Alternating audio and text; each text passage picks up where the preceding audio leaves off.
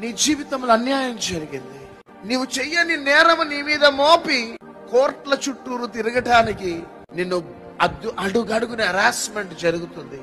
Lawyers దగ్గరికి వెళ్ళి request చేస్తూ, లాయర్స్ దగ్గరికి వెళ్ళి ఏడుస్తూ, రేపటి దినమున ఏ తీర్పు వస్తుందని భయం ఆందోళనతో ఉంటూ, ఏం చేసినా నేను దేవునికి అన్యాయం చేసి, నేను ఏ వ్యక్తికి అన్యాయం చేయలేదే. మా తండ్రి చాలా ప్రేమ గల్లవాడు, ఎవరికి అన్యాయం చేయలే. మా తమ్ముడు ఎవ్వరికి ఏమో అన్యాయం చేయలే. మా బావగారు ఎవ్వరికి ఏమో అన్యాయం చేయలే.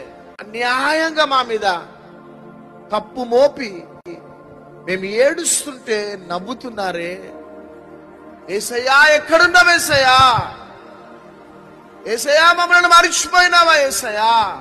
ఎందుకు యేసయ్యా? మిమ్మల్ని నమ్ముకున్న బిడ్డలకి ఏంటిది ప్రభు ఇది? ఎందుకు మౌనంగా ఉన్నావు? ఎందుకు కళ్ళు మూసుకున్నావు? ఎందుకు ఏ యాక్షన్ తీసుకోలేకపోతున్నావయ్యా అని ఏడిచి ఏడిచి అలిసిపోయినావా బిడ్డ? కానీ మీ అందరికి ఒక శుభవార్త ఏంటిదో తెలుసా? అన్యాయం జరిగిందా నీకు? అయితే యెహోవా నీకు తోడుగా ఉన్నాడు. నీ మీద నింద మోపినారా? అయితే యేసయ్య ఇంకా నీకు దగ్గర అవుతున్నాడు. అయితే అవమానము వరిస్తున్నావా? యేసయ్య నీకు దగ్గర అవుతున్నాడు.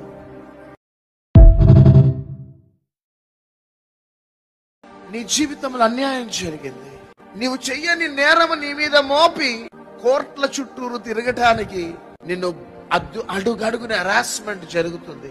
లాయర్స్ దగ్గరికి వెళ్ళి రిక్వెస్ట్ చేస్తూ, లాయర్స్ దగ్గరికి వెళ్ళి ఏడుస్తూ, రేపటి దినమున ఏ తీర్పు వస్తుందని భయం ఆందోళనతో ఉంటూ, ఏం చేసినా నేను దేవునికి అన్యాయం చేసి, నేను ఏ వ్యక్తికి అన్యాయం చేయలేదే. మా తండ్రి చాలా ప్రేమ గల్లవాడు, ఎవరికి అన్యాయం చేయలే. మా తమ్ముడు ఎవ్వరికి ఏమో అన్యాయం చేయలే. మా బావగారు ఎవ్వరికి ఏమో అన్యాయం చేయలే. అన్యాయంగా మా మీద తప్పు మోపి మేము ఏడుస్తుంటే నవ్వుతున్నారే. యేసయ్యా, ఎక్కడున్నావు యేసయ్యా? యేసయ్యా, మమ్మల్ని మరిచిపోయినావా యేసయ్యా? ఎందుకు యేసయ్యా? మిమ్మల్ని నమ్ముకున్న బిడ్డలకి ఏంటిది ప్రభు ఇది? ఎందుకు మౌనంగా ఉన్నావు? ఎందుకు కళ్ళు మూసుకున్నావు? ఎందుకు ఏ యాక్షన్ తీసుకోలేకపోతున్నావయ్యా అని ఏడిచి ఏడిచి అలిసిపోయినావా బిడ్డ? కానీ మీ అందరికి ఒక శుభవార్త ఏంటిదో తెలుసా? అన్యాయం జరిగిందా నీకు? అయితే యెహోవా నీకు తోడుగా ఉన్నాడు. నీ మీద నింద మోపినారా? అయితే యేసయ్య ఇంకా నీకు దగ్గర అవుతున్నాడు.